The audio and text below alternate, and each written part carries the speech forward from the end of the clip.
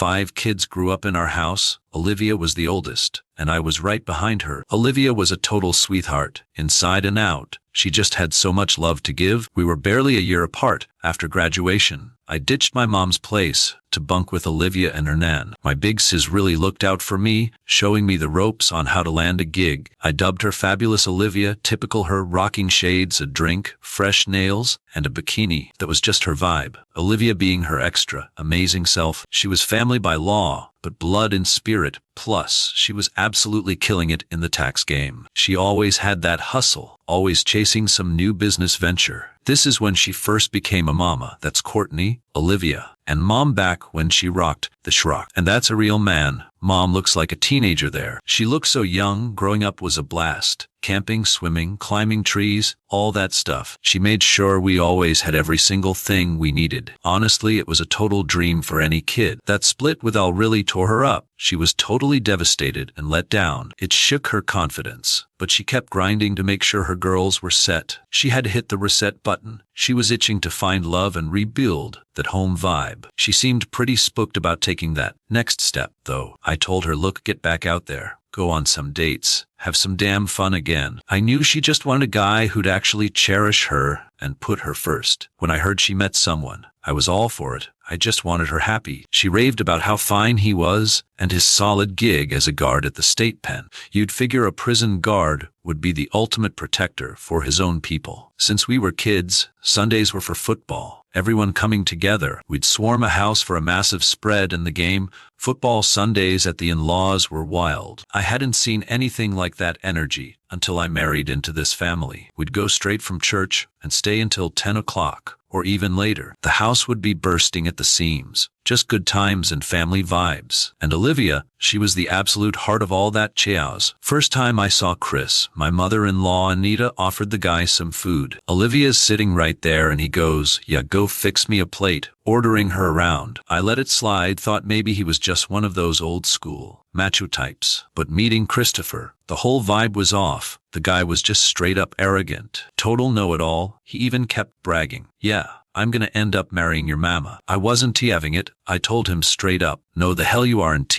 I ran to tell my mom, please, whatever you do, don't marry this man. Early on, Olivia and Christopher Jones headed out to a spot in Beaumont, Texas. One night, some girl Christopher used to date shows up. She loses it and starts swinging at Olivia. We were right there for their first date. Suddenly, these girls are just swarming Olivia, totally jumping her. 3 of them on her alone. One chick yanked off a shoe and started hammering Olivia's head. One held her while the other swung. And Chris, I'll never forget him just standing there doing nothing. He was actually laughing about it with 2 of his buddies. Someone called the cops, and that's when Christopher Jones tucked tail and ran. I saw Olivia in her SUV, covered in blood, face bright red, just sobbing her heart out. I tried to get her to breathe, but she just kept saying, I gotta go home. Right after the blowout, I hit up Olivia. Told her she had to call the cops. Chris got in her head though, begged her not to file since he was a CO then. Dude just wanted to save his own skin. I always knew he was bad news, but she was totally blind to it. Right, so my family and Olivia's crew were at a park in Beaumont, Texas. We were just chilling, letting the kids play while we caught up. I saw her phone blowing up, just constant ringing, but she wouldn't touch it. She just straight up ignored every single call. Olivia and her kids hopped in the car when this truck peels in out of nowhere. Chris bails out, leaving his door wide open like some psycho. He starts welling on her window, just pounding it. That's when Josh saw it go down. Seeing him beat on that glass made me lose it. I charged while my wife held me back. I was just yanking on his shirt, screaming that we had the kids right there. I told the little ones to stay put while I scrambled to dial 911. Olivia's inside, sobbing and begging him to just quit it. Brittany shouted she was calling the law, and that's when he burned rubber. He took that corner so hard, I thought for sure he'd flip the truck, like he was going airborne. My kids were losing it,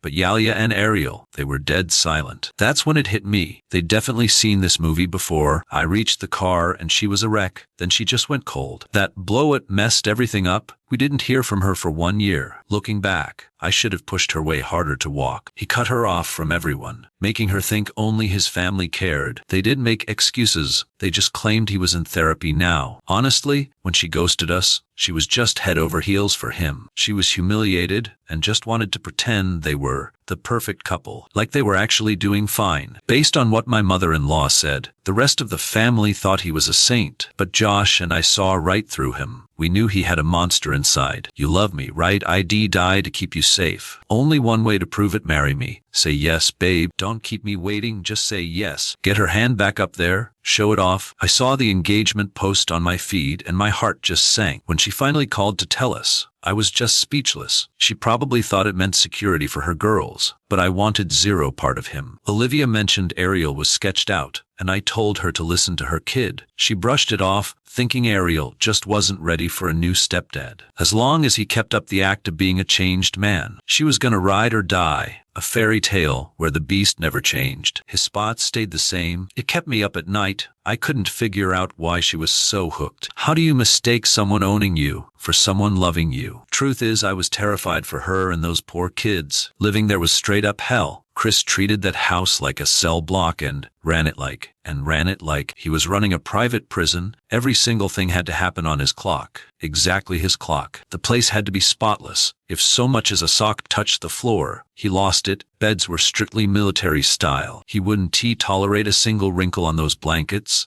You had to hand press every inch of the counter until it was flat. Even the pillows had to be perfectly aligned. He controlled the TV too. If he didn't like the vibe, he'd make us kill the power or flip the channel. During the day, if you weren't in your room, that door had to be wide open. He wanted anyone walking by to see just how perfect and tidy he kept everything. Dishes scrubbed, floors mopped, rugs deep cleaned. Every single night without a pass. His golden rule was simple. Whatever goes down in this house stays behind these four walls. One afternoon, Mom called for me from the kitchen. I just yelled back, "Yo, I am coming." Next thing I know, he's hitting me with a belt for talking back to my own mother. It was a mess. People need to know the truth about what's happening, especially your own family, because if they know the real story, they're the only ones who can actually pull you out. My mom and grandma were inseparable. When she passed, it was like a part of my mom died too. Chris put on this big act, pretending to be all broken up and devastated by the news. He played the grieving son-in-law role, but deep down, he didn't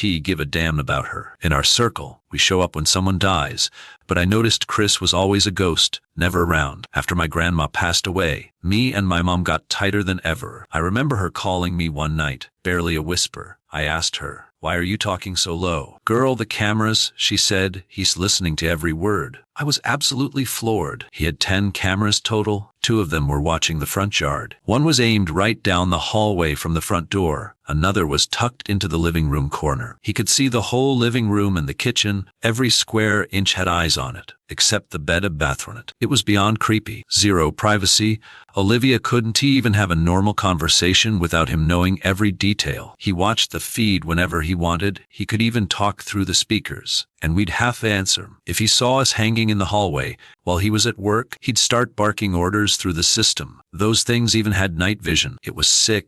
You shouldn't have to live in your own home, constantly looking over your shoulder. Fear. One night, I heard Chris and my mom screaming at each other in their room. The door was locked. I heard her gasping, "Chris, I can breathe." I pounded on the door, yelling for her. The door flew open and then slammed shut right on my forehead, hard. He stepped out and started going off, jabbing his finger into my head and shoving me back. I told him, "You think I'm just gonna watch you put hands on my mom while she's screaming for air?" I looked him in the eye and asked, "Have you lost your damn mind?" I turned to her. "Mom, are you really letting him do this? Why are you putting up with this trash?" She just looked at me and said, "Aria, when I've finally had enough, then I'll leave." I couldn't believe it. "You're serious? You're just gonna sit here and let him keep breaking you?" He knew her. He knew exactly what lies to feed her to make sure she'd never walk away. I hated the idea of them marrying. I almost stopped the ceremony, but but then I saw her face glowing. She had this massive smile. You could see her heart was just full of hope for once. I didn't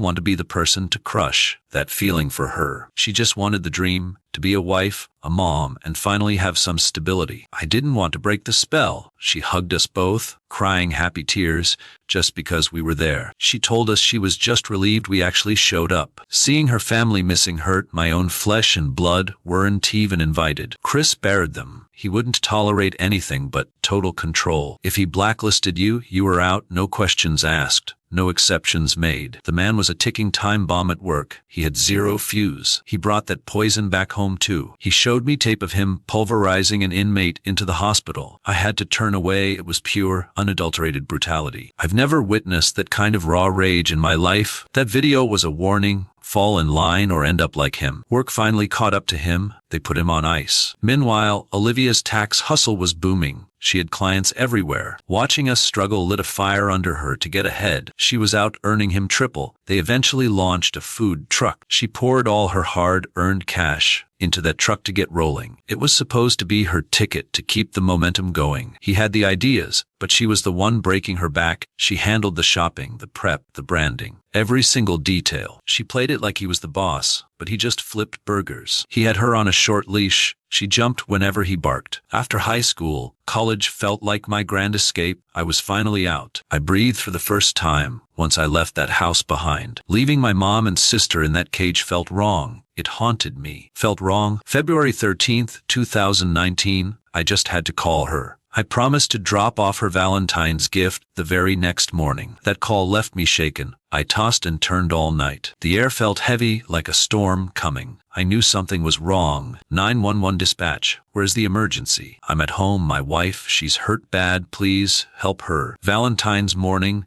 Chris calls me up sounding completely out of it. Ariel, something just went down. Get over here now. Just get to the house immediately.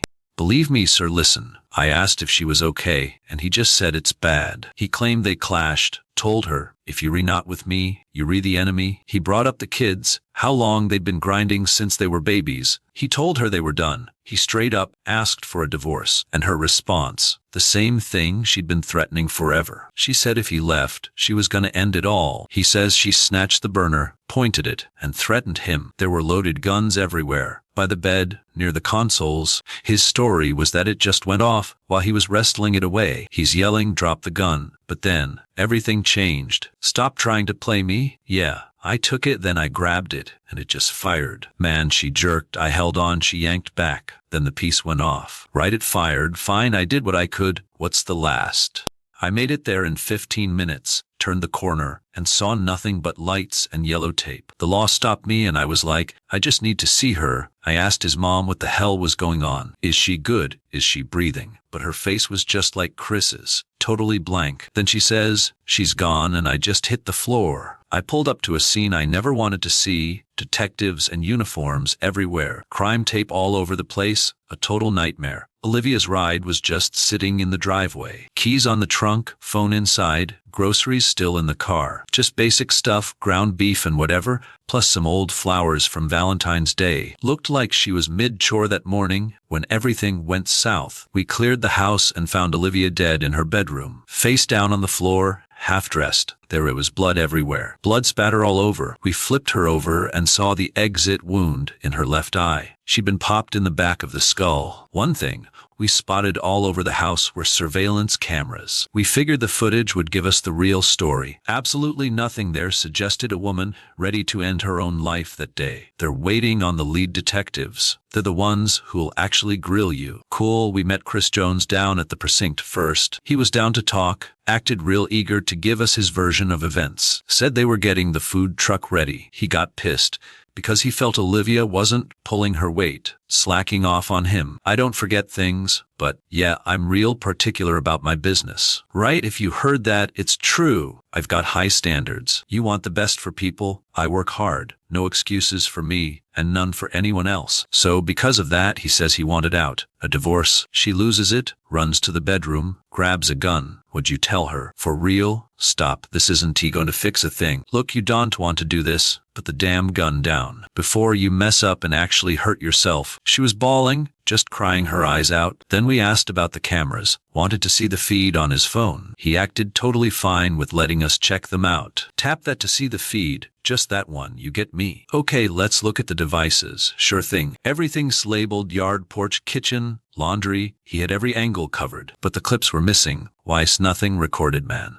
I don't know. Should be there. But the Wi-Fi sucks. It cuts out for days. Cheap junk. You pick a date and it's never there. Total waste of money. Told you it was a waste. Then Chris's whole vibe shifted. He couldn't even look us in the face anymore. Look, I'm dying to find video that backs up what you're telling us. Footage cuts, gears jump, charging fails, shaking. Honest, look, confused. Look how many trashed. Obvious, full of it. I'm guilty talk now. Panicked, shady stuff, right? Yeah, how many wipe? Unsure what's gone. Scrubbed all but one. Clip proves no storming. No bedroom rush. Kitchen chores. Chris there. He moved first. She turned, jumped. 3 minutes, 911. Shot. Get out, leave. Help ran out of time. Scrubbing vids, not saving. Arrested for murder. Vids showed a demon. Nightmare trial. Clowns look down floor. Look standing out. Zoning out. Trash look away. Smart mouth. Nothing clean. Dropped he lost. Don't run think. Messy burning who me. Get out heartbroken. Missed signs. Why deny? Victims accuse monsters. Still in love. Violence one stop. Patience. Kids losing it. Knowing guts you. Stayed now gone. Ripped our souls. Purple ribbon today. Daily reminder awareness. Love her nightmare.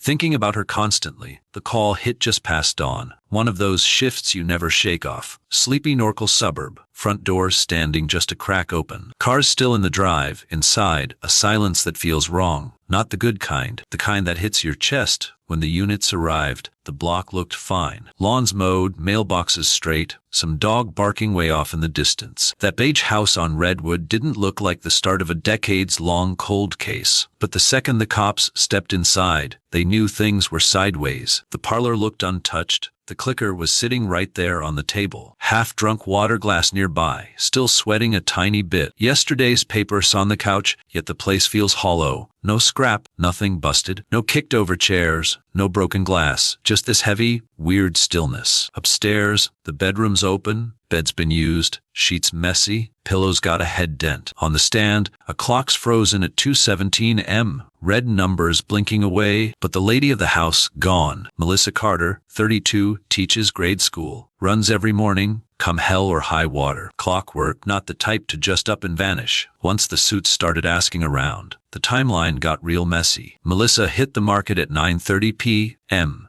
Tape shows her buying milk and dinner. Totally normal, smiled at the clerk, paid cash, left with one bag. Last time anyone saw her, her car pulled in after 10. Neighbors saw the porch light flick on. Guy next door swears he heard the front door shut. Then radio silence, no calls, no mail, zero bank hits. Next morning, she's a no-show, office thinks she's just sick. Happens. By noon, they're tripping. Melissa doesn't just blow off work without calling. Never in 7 years. Principal rings her at 3:14 p.m. Nothing. Sister tries at 5:02 p.m. Goes straight to the machine. Next day, Sis rolls up to Redwood and finds the door ajar. Cops treat it as hinky. They toss every inch of the place. Bags hanging by the door. Wallets inside with $36 and her ID. Phones just sitting on the counter. Plugged in. Keys are in the bowl. Runaways donned to leave their whole life behind. Detectives go wide. They start grilling the neighbors, co-workers, friends. Everyone gets a visit. Same story every time. Melissa didn't have beef, no drama, no enemies, no breakups or money holes, no reason to bolt. Then they noticed something. The back door was shut tight and locked from the inside. That tiny detail gave the detectives the creeps. If someone used the back, they'd exit the front, and that door was left open. For 48 hours, the block was a total circus.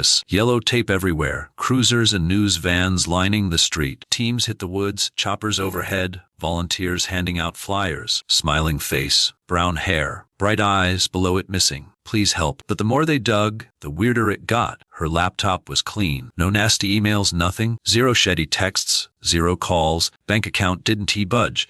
But one tiny thing inside that house caught that house. Left in the kitchen sink was a lonely dish. Just some half-eaten frozen dinner leftovers, sitting right there. Silverware was still resting beside it. That microwave clock was stuck at 10:46 p. Mean, Melissa definitely made it back. She nuked some food, took a few bites, then things went south. Whatever happened cut her dinner short so fast she never finished. That's when it clicked. Melissa didn't just walk out. Someone, or something, crept into that house late that night and snatched her. Only issue, no fingerprints anywhere. No forced entry, no struggle, nothing. Even the rugs were straight. It was like Melissa Carter, just into thin air. Within a week, every news station in the area was all over the story. Teacher goes missing in a sleepy collie town. Redwood Lane mystery blows up. Cold case headlines sounding like a movie. But the cops already felt the bad news coming. No body, no suspect, zero proof. Cases like this have a way of just freezing. And that's exactly how it went down. Months crawled by. The search crews packed up. The news vans quit coming around. Missing posters started peeling. The Redwood Lane house sat ghosted. But at headquarters, Melissa's file just kept getting fatter. They logged every single tip and rumor. One person swore they saw a van idling nearby that night. Someone else heard a loud bang around 2 in the morning. But none of it stuck. Then they finally caught a break. 3 months after she went ghost, detectives found something dark bright in her phone logs. A specific number popped up 3 times the night she went missing. It wasn't a friend, a coworker, or family. The calls were quick, under 30 seconds a pop. The last ring was at 2:11 am. Just 6 minutes before that upstairs alarm clock quit to tune tut. When the detectives tried calling back, it was dead, just a burner phone with no name or address attached. Another brick wall. Slowly, the whole thing started sliding into that category every cop hates, a cold case. But what they didn't know then was the truth had already walked right through that neighborhood, totally unnoticed, hiding behind a regular face that nobody would ever suspect. And somewhere in that pitch-black California night back in 2003, a person walked out of Melissa Carter's place knowing exactly what went down inside, knowing where she ended up, holding a secret that would mess with the town for years, staying buried forever. That first winter without Melissa hit Redwood Lane like a heavy silence. The yellow tape finally tamed down. The search parties hauled their gear away. The news vans quit camping out on the curb. But inside that case file, the paperwork just kept stacking up. Cops knew the real story happened between 10:46 p.m.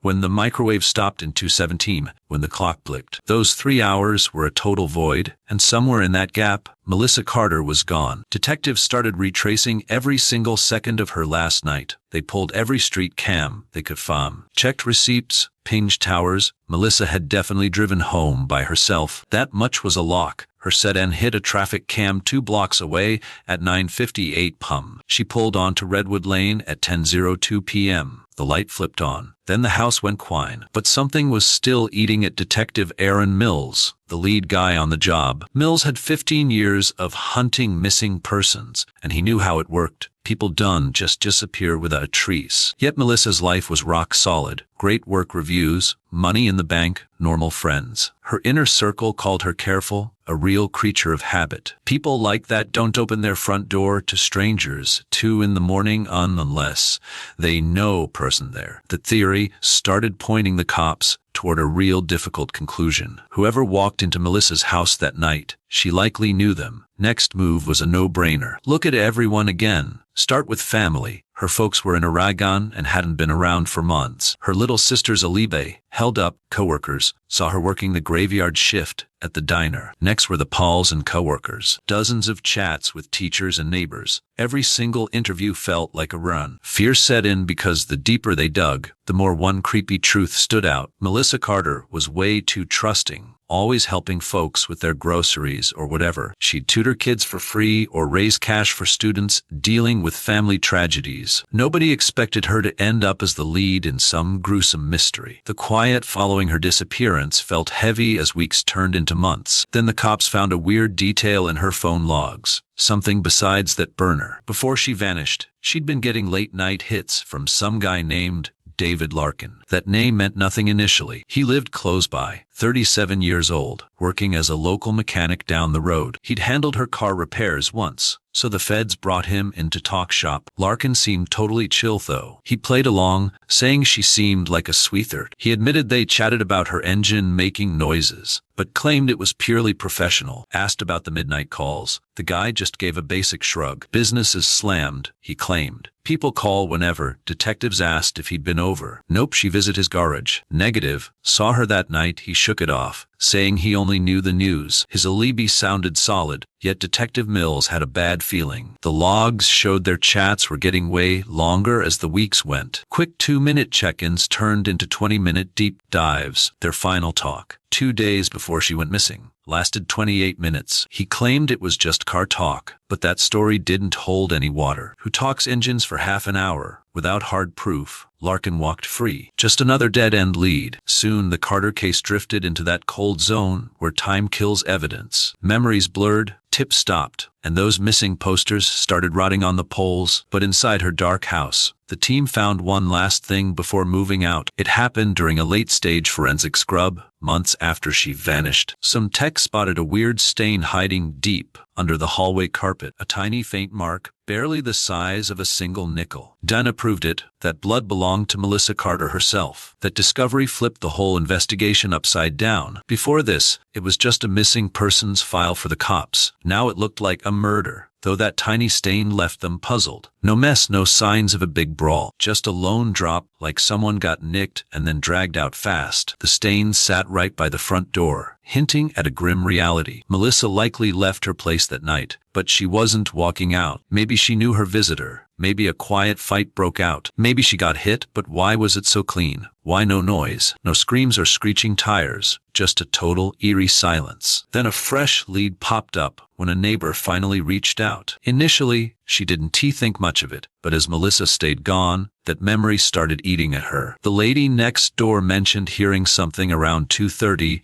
in the morning when Melissa vanished. She had woken up for a second and caught a glimpse of headlights through her bedroom curtains on Red Lane. Some ride was parked right in front of Melissa's place. Definitely wasn't her car. Looked more like big truck with the motor idling. One more thing stuck out, some tall guy standing by the passenger side. But the street lamps were so bright she couldn't make out a face. The truck only hung around for a few, then it just rolled off slow. The neighbor figured it was just some late-night visitor at the time. She just turned over and crashed out again. Now, that one memory is basically the biggest lead they have. Cops hit the pavement again, checking every house for anyone with a truck that fit the description. A few names popped up, but nobody could prove they were at Melissa's that night, not even David Narkant. So Detective Mills had this gut feeling the truth was buried in that window between the last weird 2:01 and the truck leaving 2:30. 19 minutes. That tiny bit of time holds all the answers, but the clock is ticking against them. F goes cold. People's memories get fuzzy, and the bad guys learn to keep their mouths shut. A year went by, and Melissa Carter's file got slapped with the one label every cop hates: a cold case. But these things never really go away, because someone out there is holding on to the truth. Somebody remembers exactly what went down in that quiet California house back in 2003. Somebody knows why Melissa never finished her dinner that night. Somebody knows what happened in those 19 missing minutes. And the scariest part, someone walked away from Redwood Lane thinking they had gotten away with it for good. By the summer of 2004, people stopped talking about Melissa Carter, but at the local precinct that first took the call, the case was still haunting them. The evidence room had a couple of boxes with her name on them. Just some house photos, forensic reports, and some interview notes, plus a little baggie with a piece of hallway carpet where they found that one droplet of blood. For a kidnapping that rocked the whole town, there was barely any physical evidence to go on. Detective Aaron Mills wasn't about to let it gather dust, though. He had seen plenty of cases end up in the archives, but Melissa's disappearance really got under his skin. It wasn't just that they had no answers, it was how eerily quiet the whole crime scene was. Usually, a struggle leaves a mess. Broken stuff, flipped lamps, but Melissa's place looked like some wikes and white of existence. Mills started digging through every single interview again, word for word. Neighbors, coworkers, even the guy who fixed her car. David Larkin's name kept showing up in the notes. Early on, he just seemed like some random acquaintance. But as Mills reread the files, certain things started feeling off. Larkin was way too chill during the interrogation. He never once asked what the cops thought happened. He didn't even blink when they laid out the timeline. And when they brought up those weird late-night calls between him and Melissa, he just acted like it no big deal. But there was this one tiny detail. In the first interview, Larkin claimed he was home alone that night watching television. He even named the show some late-night crime drama run. But when the cops checked the television guide, that show had actually aired 2 nights before. Maybe it was just a brain fart, or maybe it was a lie. Mills decided it was time to tear into Larkin's past. At first, nothing really jumped out. No heavy rap sheet, no violent priors, just some tickets and a small disorderly conduct charge, mic'd. But then something else popped up. 2 years before Melissa vanished, some woman had filed a report against him. A police file turned up about some creepy vibes at his garage. A lady claimed Larkin was way too pushy, stalling the job, and getting way too personal. She turned down a date, so he stalked her with calls before finally ghosting. No charges were filed, but the cops kept that report on ice. Mills read it twice. Not a smoking gun, but the guy definitely had a type. Larkin could to stop creeping on female clients. Melissa was just another name on his list. A second interrogation was coming, but the universe threw a curveball first. Come August 2004, a year after she vanished, a hiker stumbled onto something deep in the sticks 20 miles out of town. The terrain was nasty. Nothing but brush, oaks, and trails nobody ever uses. The guy figured it was just trash poking out of the leaves. Then he saw the print. Blue cotton with tiny white flowers. Cops showed up fast. They dug it out. A scrap of a woman's top. Lab techs hit it with the lights. It was caked in filth. But the detectives recognized the look from Melissa's old Polaroids. They hauled tail to the evidence locker to check photos from her closet. The team had logged every thread she owned for the investigation. One shirt in the picture was a dead ringer for the find. Same blue, same flowers. The whole room went cold right then. If that was her shirt, then this wasn't just some random accident. Someone hauled her way off the grid. Search parties swarmed those hills. Locals walked shoulder to shoulder, while the bloodhounds worked the ground. Choppers were circling, but the woods didn't give up another secret. No body, just that rag. It basically confirmed their worst nightmare. Melissa wasn't missing anymore. She was dead. Then the lab confirmed it. The cloth was a match. Tests proved the fibers came from her own closet. The case flipped to a murder hunt, rocking the town all over again. For a year, people prayed she was just hiding out somewhere. That hope died. Someone killed her and left almost zero evidence behind. Detective Mills immediately went back to his list of suspects, and David Larkin's name moved right back to the top spot. It was the calls, the proximity, and that gut feeling Mills had. Detectives pulled up to the garage on a blistering August afternoon. The air smelled like grease. Larkin looked thrown, but masked it quick. He went stone cold again. They told him about the scrap. They told him it was a murder case now. Larkin just listened. He didn't change his story about the night she vanished. Said he was home watching TV. They asked if he knew those woods. He just shrugged. Said he might be hiked there years ago. Just another hiker. His voice never shook. No fear, just playing along. Without a smoking gun, the detectives had to let him walk. Watching him head back to the bays, Mills noticed his swagger, confidence. It's the look of a guy who thinks he's totally untouchable. The case just stalled out after that. 2 years passed. Then 3. Those wooded hills went silent, keeping the secret of what happened. Melissa's old place on Redwood eventually went to a new family who tried to tune out the local ghost stories. Now you see kids playing out front again. Lights stay on every night and life moves on. But for Melissa's folks, the clock just stopped. Her sister keeps this one picture right there on the kitchen table. Just 2 girls with big smiles, totally clueless about what was coming. It is a snapshot from way before that weird night in 2003, before the calls went missing. Missing no contents changed everything. And the guy who did it, he is still out there living a totally normal life. Probably has a regular life, hits the sack every night, and shoots the breeze with his neighbors, all while holding on to the truth of what went down after lent that door. He has it buried so deep that even years later, the cops are still hitting a brick wall. Who was behind the wheel of that truck on Redwood at 2:30 in the morning, and what really went down in that house right before she vanished for good? By 2006, The whole thing had gone cold, and the new guys on the force only knew the run-run stories. They would hear bits and pieces during the graveyard shift, something about a teacher snatched from her own home, a tiny bloodstain, and a ripped shirt dumped miles away in the brush. To the rookies, it was just a ghost story veterans used as a warning.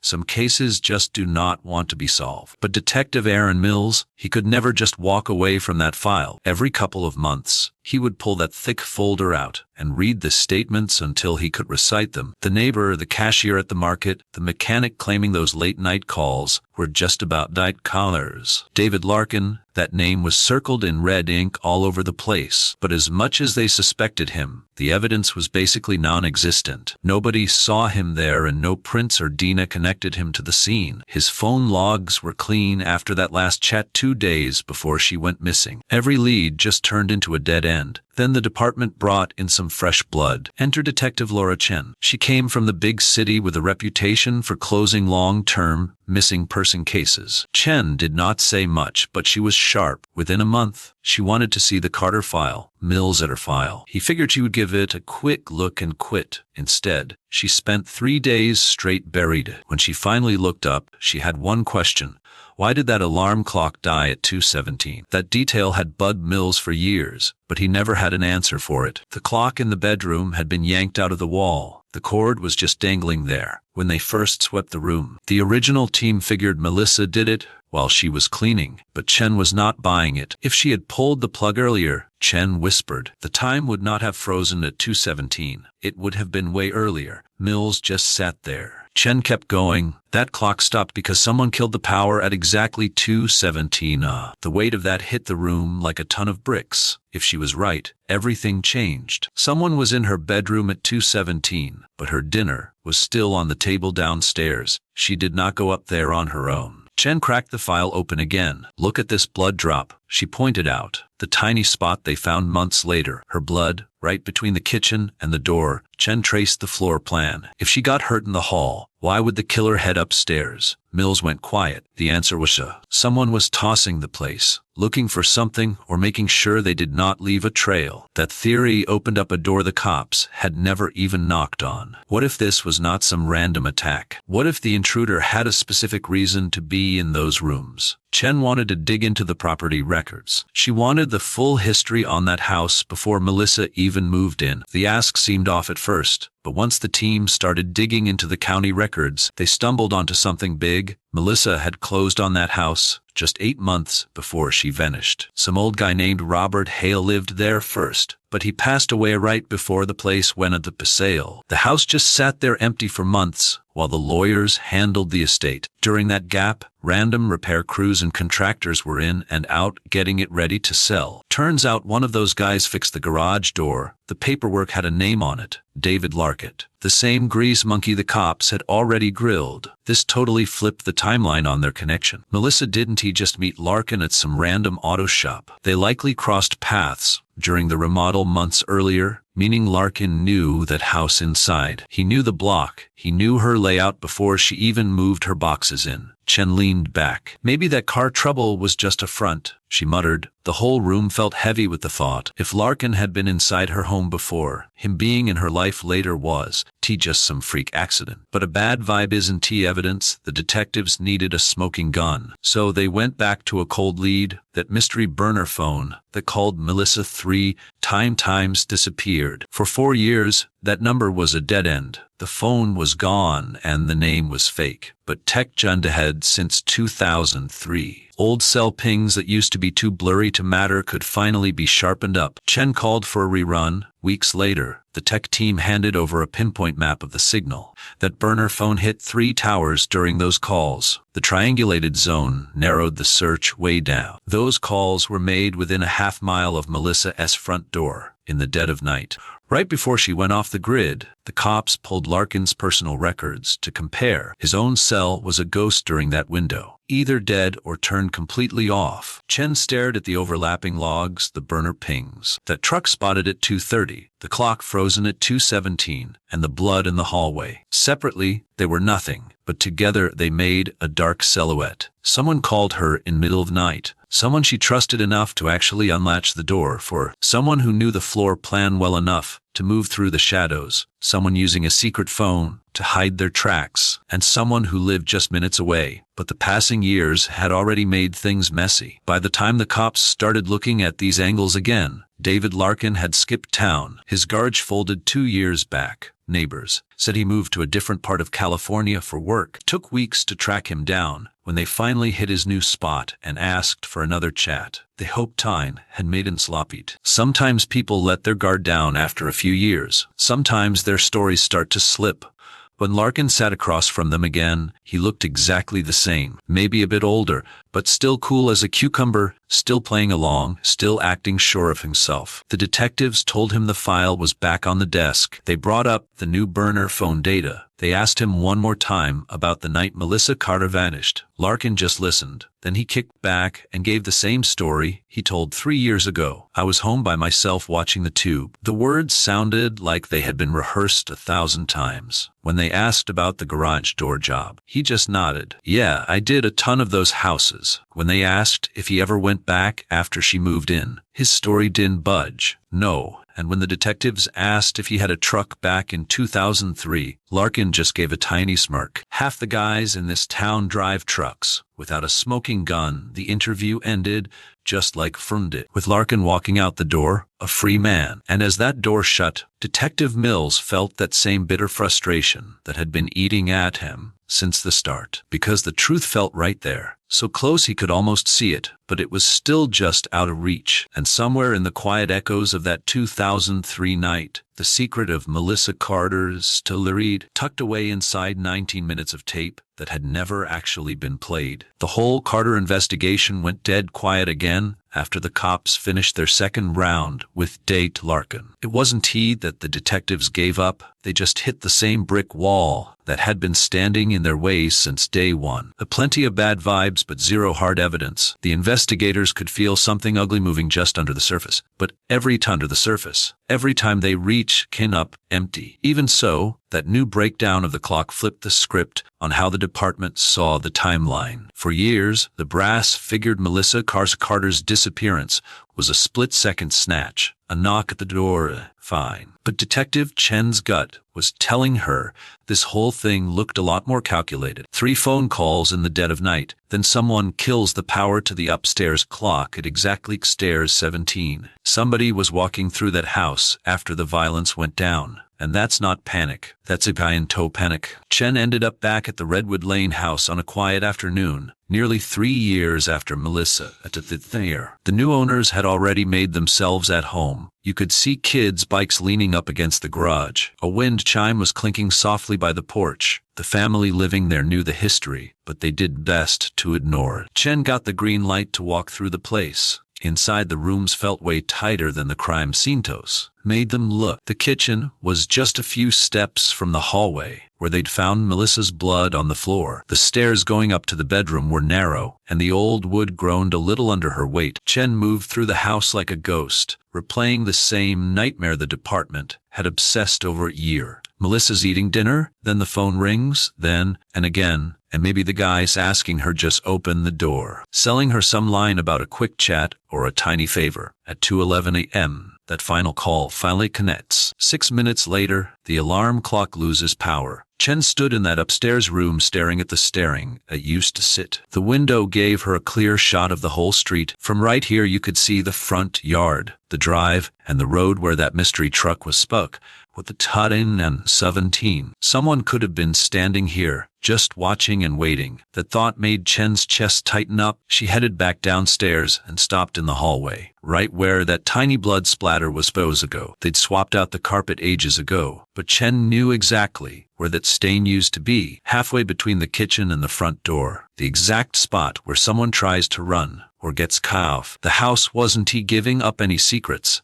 but sometimes the real truth is waiting just outside the front door. So Chen started digging into what David Larkin was actually doing in the months before Melissa went missing. She combed through his pay stubs, his bank accounts, and every vehicle he ever put a tag on. She hit pay dirt almost immediately. Back in early 2003, right before Melissa moved, Larkin picked up a used pickup from a private seller A dark green, heavy-duty reed. Exactly the kind of shadow a sleepy neighbor might see rolling past a street lamp at 2:30 in the morning. Then, like clockwork, he ditched the truck and sold it in 2004. Right after Melissa vanished, the cops tracked down the guy who bought it 2 counties away. But he barely remembered the deal. He'd gotten a steal on it at Larkin's shop. But he did remember one thing that felt a little off. The inside of that truck was spotless, like obsessively clean. The seats were shampooed, and the floor mats were brand new. Back then, he just figured the mechanic was being professional and making it look good for the sale. But with a detective standing in front of him asking questions years later, that memory started to feel a lot heavier. It felt wrong. The cops asked if the truck was still around, but the guy just shook his head. Totaled in a highway wreck 3 years back. Sold for scrap and crushed into a cube. Gone for good. Another lead turned to dust. But the picture was finally starting to come into focus. Larkin had a truck that matched the neighbor's description perfectly. He knew Melissa, lived close enough to be there in minutes, and his phone went completely dead right come things went south. But there was still one massive, nagging question that didn't he have an answer? Why her? What was the motive? The truth started leaking out from a dusty old notebook buried in Melissa's things. Cops bagged the notebook back when this first started, but no one really looked at it since it just seemed like typical stuff. Grocery lists, work randotes. But then Chen caught something weird. A few pages in the back were missing. Not hacked out, but pulled clean, like someone wanted those specific words dead. The edges were perfect. They probably ditched those pages before the cops even showed up. But there's a kicker. Right before the rip, Melissa wrote one name down. David under that, some messy scribbles. The ink was a bit blurry. Faint, but you can read it. He wants to stop calling, wants to talk. I said no. Chen felt the whole room go cold reading that. Melissa was keeping a record. This wasn't tea about her car. It was a creep who wouldn't he let up. Then those pages go poof. So the cops went back to the phone logs. Early on, the calls were short, then they dragged. But her last week, that was a whole different story. Melissa quit picking up. She stopped calling out altogether. Just her phone ringing. 5 calls from Larkin. The last one was 2 days before she went dark. 28 minutes long. What the hell did they talk about? Did she finally tell him off? Tell him to back off? Or did things just boil over? No tapes, just the dead date on a screen. But that notebook, it hinted at something they never knew. Melissa was scared, not terrified, not enough to call 911, but enough to write his name as proof of his harassment. If Larkin felt her slipping, things get dark. Some crimes are planned out. Others just explode when someone loses their grip.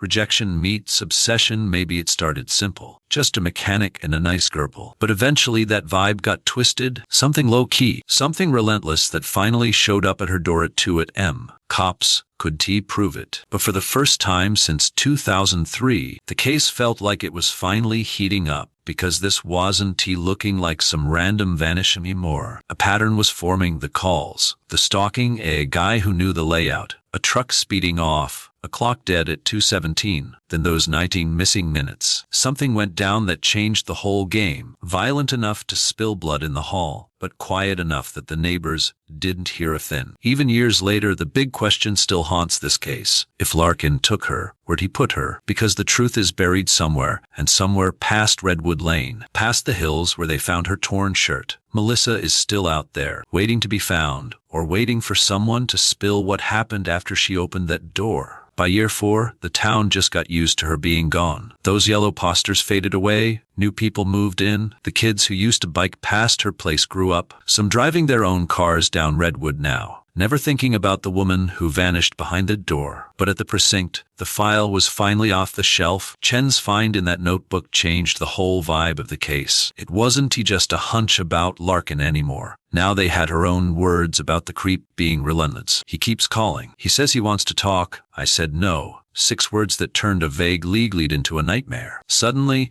the investigation wasn't just about some random mechanic who knew her. It was about a man who couldn't handle being rejected. Cops started rebuilding Melissa's final week, re-interviewing her coworkers, the school parents, entering her servants. She grabbed coffee after work sometimes, but most of those leads went nowhere. Then, one sit-down finally blew the lid off a secret that had been buried for years. They spoke with Angela Morris, a teacher and close friend, back during the first sweep. Morris told police Melissa seemed on edge before she vanished, but she didn't have any specifics. This time, Detective Chen didn't hold back with the questions. Did anyone ever give her trouble? Angela stopped cold. She hesitated at first, then a look of realization hit her face as she dug through a foggy memory. There was this one thing, she whispered, a few days before the disappearance. They were working late at school. While packing up, Melissa mentioned some guy she barely knew wouldn't to stop blowing up her phone. Angela asked who it was, but Melissa just brushed it off. Just the guy who fixed my car, she said, rolling her eyes because he wouldn't take a hint. The whole chat lasted maybe a minute before they moved on. Back then it seemed like nothing now. It felt like a death sentence. When the detectives asked for a name, Angela thought for a second, and then nodded. David, that one name put the crosshairs right on the mechanic. The whole ugly picture was finally starting to make sense. The calls, the unwanted attention. Melissa had been documenting the stalking in her own way, but they still didn't have him at the scene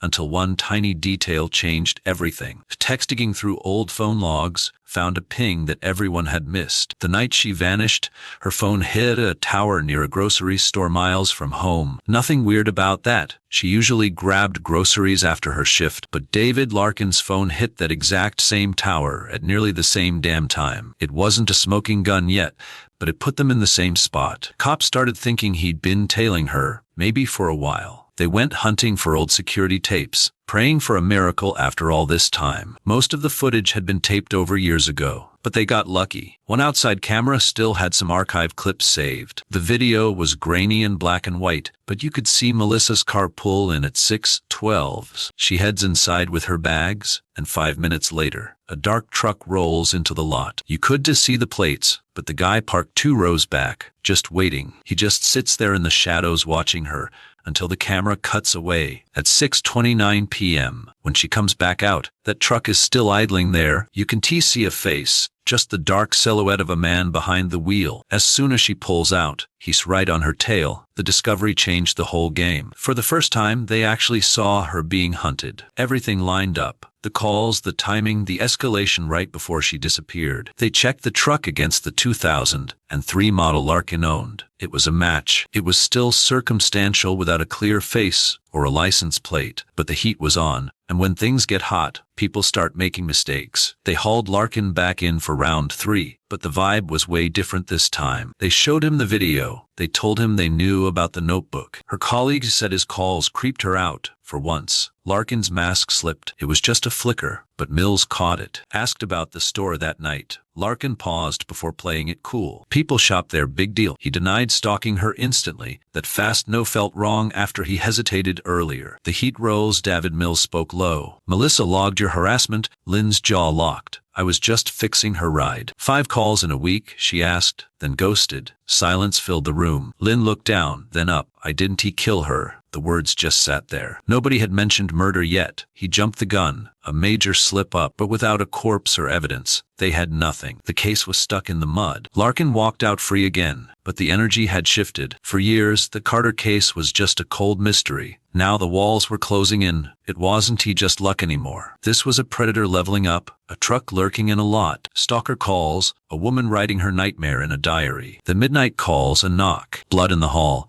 and a truck ghosting out at 2:30 am. That's when Melissa's clock stopped. Somewhere out in California, the truth was waiting in the silence of a guy, sticking to a script. I was home alone, just watching some tube, but as they dug, that alibi started to rot. Buried secrets always crawl back to the surface eventually. The pressure on Larkin wasn't a blast. It was a slow, steady crack. To neighbors, everything looked normal. The school where Melissa taught still opened at 8 every morning. Redwood Lane still looked like a safe place, but inside the precinct, things had changed. Since 2003, they'd chased ghosts. Now they were hunting Lynn, but his life was full of weird holes. Detective Laura Chen dug through the paper trail, bills and bank stuff, looking for any tiny detail about where Larkin went after she vanished. That's when she found a hole in the timeline. 6 weeks after Melissa vanished, Larkin went on a sudden trip. Gas stations, then a motel 200 miles north, out one night, back the next morning. Traveling isn't illegal, but the timing was sketchy as hell. You don't take a trip like that to relax. You do it to drop something off.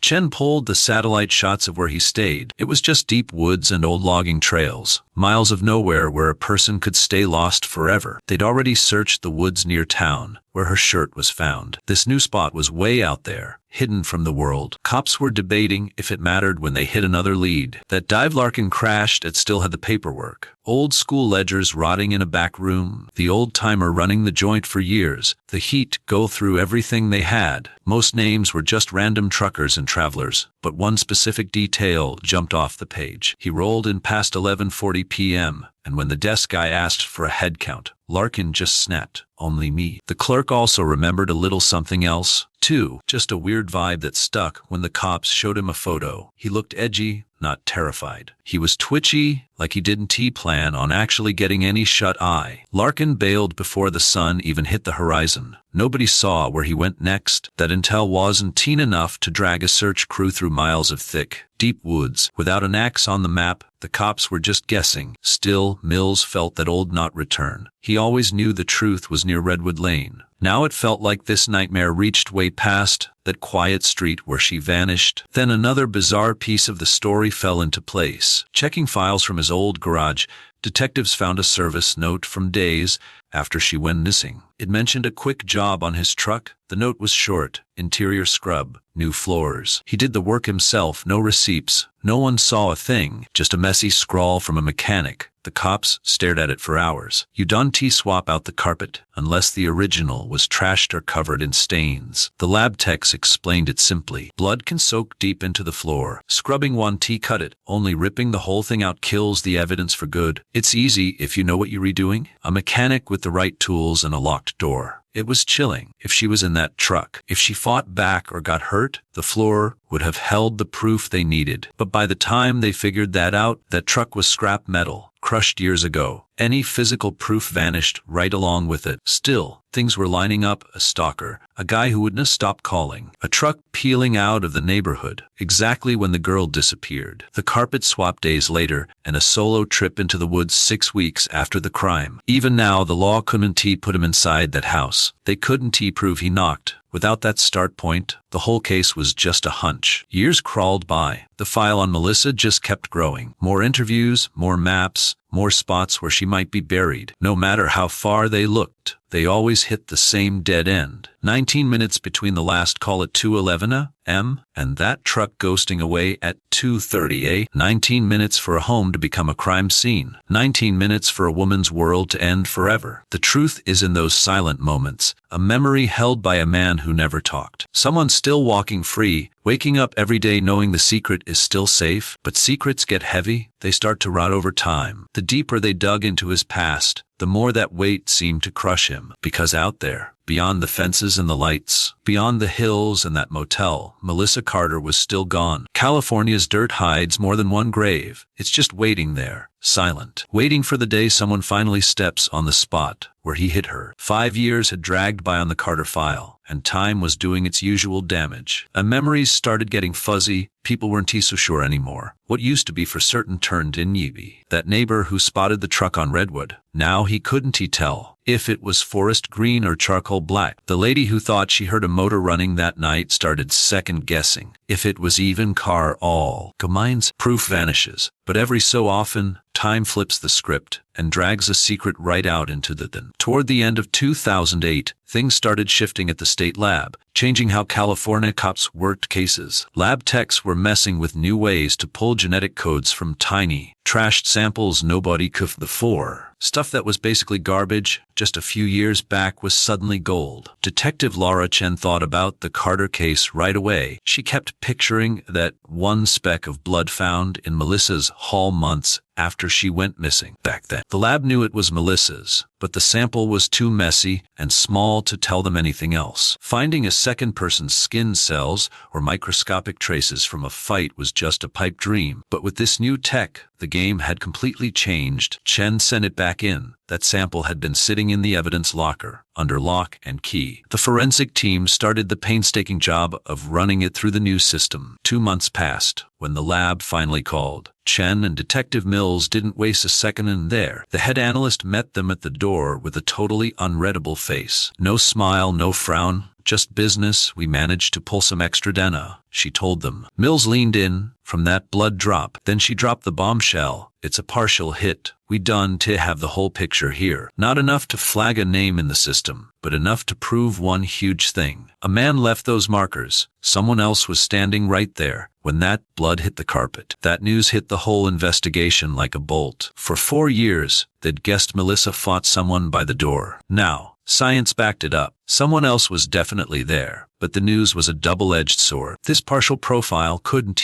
put a name to the face, not without something to compare it to. The detectives needed a sample they'd never been able to touch. David Larkin's DNA, and getting that legally was going to be a total nightmare. Larkin was clean. No arrests, no record, nothing that forced him to hand over his spit or blood. Without a solid reason, they couldn't just demand it. So they had to get creative. People leave Na behind all the time without thinking. Old coffee cups, smokes, or bottles covered with saliva. The team started tailing Larkin, keeping things low-key. He'd moved to a tiny town 3 hours away from where Melissa was last seen. He was working as a mechanic, living in a cheap spot above a grocery store. He looked normal, totally predictable. Every morning, he'd hit the same coffee stand, black, no lid. The detectives just sat and watched. One day, Larkin finally tossed his empty cup into a trash can near the lot. A plainclothes cop snatched it in seconds. They bagged it and rushed it straight to the lab. The techs lined it up against the partial profile from the hallway. 3 weeks went by. 3 long, quiet weeks where it felt like the whole world was holding its breath. Finally, the report landed. Chen went through that paper line by line. Slowly, she checked every marker, then looked at Mills. The data from the hall. "We can rule David Larkin out." It wasn't a perfect slam dunk, because the sample was too thin for that. The odds of some random guy having those exact same markers, basically 0. Look, the science didn't pin it on Larkin for sure, but it pointed a massive finger his way. You could hear a pin drop in the precinct when those results landed. Half the squad thought they finally nailed him, while the rest worried the proof was too shaky for a jury. Any decent lawyer could scream contamination, or say it was just a fluke. It wasn't a slam dunk, but it flipped the whole case on its head. Suddenly the boys in blue actually had some ground to stand on. Someone's dad was right there when Melissa got jumped in that hallway, and Larkin was still very much in the running. The D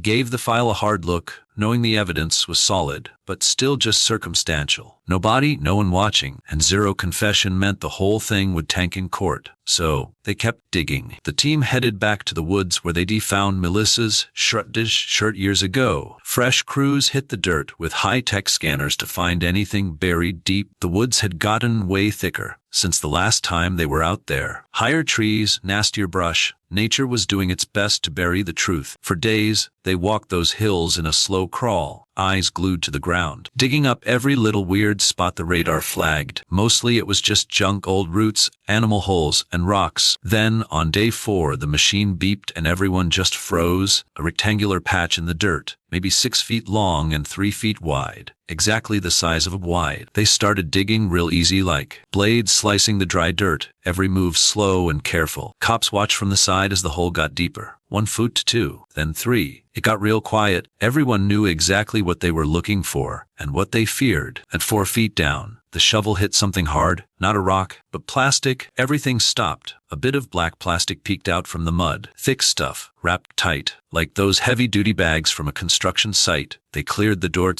tight. There was no mistaking that shape. It was a person. The whole forest felt still as they brushed off the last bit of earth. After 5 long years, and 5 years of nothing, the cops were finally looking at what was likely Melissa Carter. Meanwhile, hundreds of miles away, David Larkin was just living his life like nothing happened. He had no clue that out in those California hills, the earth was finally giving up the secrets it kept since the night she vanished. The box was dead silent, save for the annoying buzz of the lights overhead. Detectives dropped a fat folder on the table, right in front of Mark Jensen. Photos, files, and the one thing they'd spent 20 years waiting for. The DNA results. Detective Alvarez slid a single page over. "We found your DNA," he said, cool as ice under Sarah Millice. For the first time, Jensen's cool guy act totally fell apart. His face went tight, eyes darting from the paperback to the cops. That relaxed vibe he'd been faking for hours vanished. "No way," he whispered. But the cops had heard that 1,000 times. Alvarez leaned in. "It's not no way," he said. "It's sense." Using tech they didn't even have back in 2003. They pulled a perfect match from tiny skin cells left on the victim. The lab said it was him, beyond a shadow of a doubt. For years, that evidence sat in a cold locker, just waiting for the world to catch up. And now, Cole slapped down another Polaroid. Seen as from that July night, backwoods where they found Sarah. Look familiar. Cole poked. Jensen locked onto it, staying stone-cold silent. Months went into tracking Jensen's every move before she vanished. Pings put him right there that night. Locals saw his rig. In 2003, it was nothing now. It's the whole damn puzzle. Alvarez pushed a snap of them at a cookout before the hit. "You told him she was just some stranger?" Alvarez poked. Room went dead. Cops let him cook in the hot seat. Proof was crushing him as his world started caving in. Moments later, Jensen started wringing his shaky, sweaty palms. "This proves zero," he choked. Cole just leaned back. "Mark," he whispered, 20 years of this on your soul." Silence again. Brass watched from the glass. Jensen finally let out a heavy sigh. He eyed the lab results and cracked.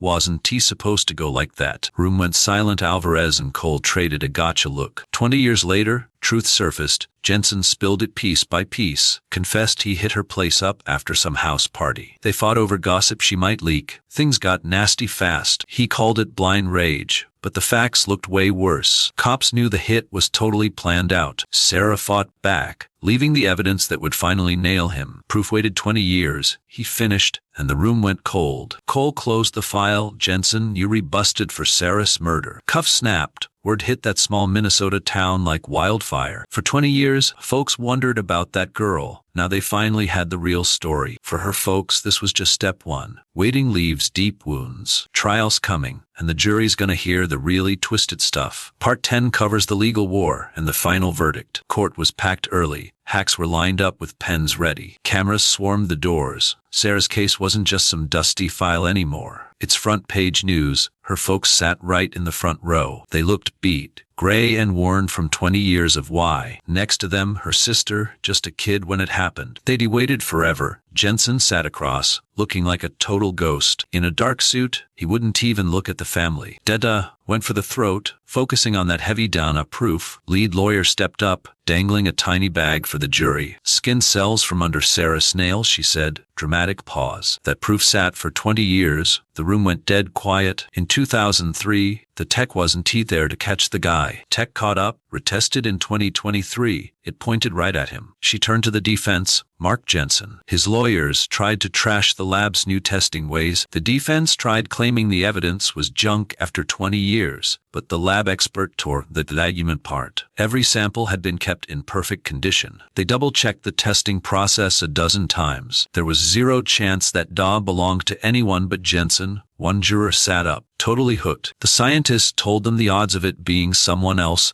were 1 in trillions. That number just sat there, heavy in the room. Things got real when Sarah's sister took the stand, shaking as she remembered Sarah laughing in the kitchen. "We waited 20 years, she told the jury. 2 decades of wondering who snatched her." She cut her eyes at Jensen, and for what? Jensen's team kept him off the stand. They tried to act like his old police interview was just a big misunderstanding. Then the prosecution played the tapes. Jensen's voice filled the whole courtroom. "It wasn't he supposed to go down like that." Those words hit like a ton of bricks. Over a few days, the cops walked everyone through that summer night. The fight, the struggle, the cuggle. By the time they reached closing arguments, the writing was on the wall. The prosecutor looked the jury in the eye and said Sarah hadn't spoken for 20 years. She pointed at the proof. The jury was back in under 6 hours. The room went dead silent when they walked back in. The foreman stood up. The judge asked for the verdict on the second-degree murder charge. The answer was loud and clear, guilty. Sarah's mom started crying. Across the room, Jensen didn't even flinch as the word echoed out. The judge handed him decades,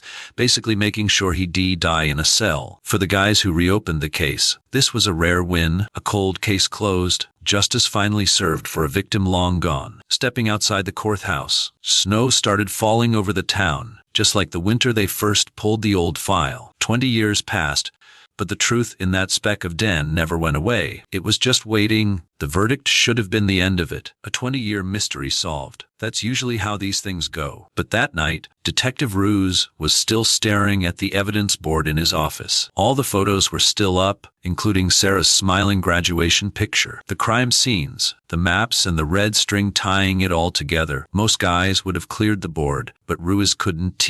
Something felt off. It wasn't the DNA or the timeline. That stuff was rock solid. What kept him up was a quiet detail the jury never heard: a phone call. Months ago, Ruiz had dug through the original 2003 police logs, just endless pages of routine notes and witness statements. But hidden in that pile was one record everyone missed: a 911 call from 11:47 p.m., the night she died, from a nearby payphone. 7 seconds of a man whispering, "She's in the water." Then the line went dead. Back then, they figured it was a prank or some scared bystander. No prints, no nothing, but when Ruse replayed it recently, his blood ran cold. That voice sounded way too familiar. He'd listened to Jensen talk for hundreds of hours, and it wasn't him. Ruse had Jensen's voice down. The cadence, that nasally grit, those drawn-out vowels, that raspy 911 whisper. Same vibe, but the tape was trash. Too shot for the lab, useless for court. It never made the trial. Jury was blind. Ruse could shake it. If Jensen made that call, things got heavy. It meant the killer watched the body from the bank, then called it in immediately. Why? Ruse slumped back, staring at nothing. Most killers bolt, they ghost, they duck out, but some, they gotta see the fallout. That thought sent Ruse back to a loose end. The clock said Sarah died between 10:30 and 11:15 p.m. A runner found her the next morning, but that 11:47 call meant Jensen stayed 30 minutes after the hit, standing in the dark, watching the creek wash the evidence away. Ruiz rubbed his eyes. Maybe it was just post-case nerves. Cops get that way. The rush fades, silence hits, then 2 days later, something else popped up. Suddenly the case felt wide open. A reporter from Sacramento called about the file. Nothing weird there, but her question killed him. Was there ever another suspect? Ruse gave the script. All leads followed, but she kept pushing. She dropped a name Ruse never heard in court: Kevin Doyle. Ruse pulled the old logs. There. Kevin Doyle, one interview in 2003. Then nothing. Doyle was dog walking near the park when Sarah vanished. He saw a dark car leave at 11:30 p.m. Detectives ignored it then. Neighborhood was packed with cars every night. That lead died, but the reporter found a fresh angle. Doyle moved right after the murder. Normal stuff. People bail. But 3 years later, Oregon busted him for battery. A woman he knew. He took a deal and vanished. Ruse gripped the phone. Why him? Why now? She went quiet. Then she said something that made Ruse jump. "Kevin Doyle just called me." Ruse froze. He say what? She whispered. "Says you got the wrong guy." The room turned to ice. Ruse spent years on the Miller case. Den of witnesses, slips a guilty call. It was all Jensen. Now, weeks later, some old ghost says they missed. Ruse didn't say a word. He went to the board. Sarah's photo. 20 years of a town in fear? Science gave them the answer. Now, a new doubt crept in, low and invited, and impossible to duck. Cold cases don't stay dead, even after the gavel hits, even after the bars slam. Truth moves like water in a pitch-black creek, silent, restless, waiting for a witness. Ruse felt the pull again, dragging him back into a solved case. 3 days later, Ruse cracked the evidence box. Technically, it was over. Verdict was in. Jensen was already headed to the state pen. Ruse had been on the job too long to expect clean endings. Some cases stay shut, others creak open. The room smelled like old paper. Under buzzing lights, Ruse slid the Miller file across the metal table. 2 decades of investigation were inside that box. Scene photos, interview tapes, and notes from 2003. He flipped through files, looking for Kevin Doyle. Most were routine. Witness logs and patrol records. Nothing weird. Then he hit pay dirt, a report from July 18th, 2003, 12:40 a. Doyle talked to cops shortly after they found the body. Doyle claimed he was dog walking when a sedan left the lot. Car sped off. Doyle missed the driver and car details. Guessed it was a Ford. Then the report just ended. Old brass ignored it. Just some guy giving vague info, but Ruiz felt something the first team totally missed. Doyle lived 2 blocks away. He wasn't just some random passerby. He was local. Ruiz leaned back. He definitely heard those sirens. He probably watched the scene like every other curious neighbor. Yet his statement never mentioned the cops. Only the car. How did Doyle know the car was leaving if he wasn't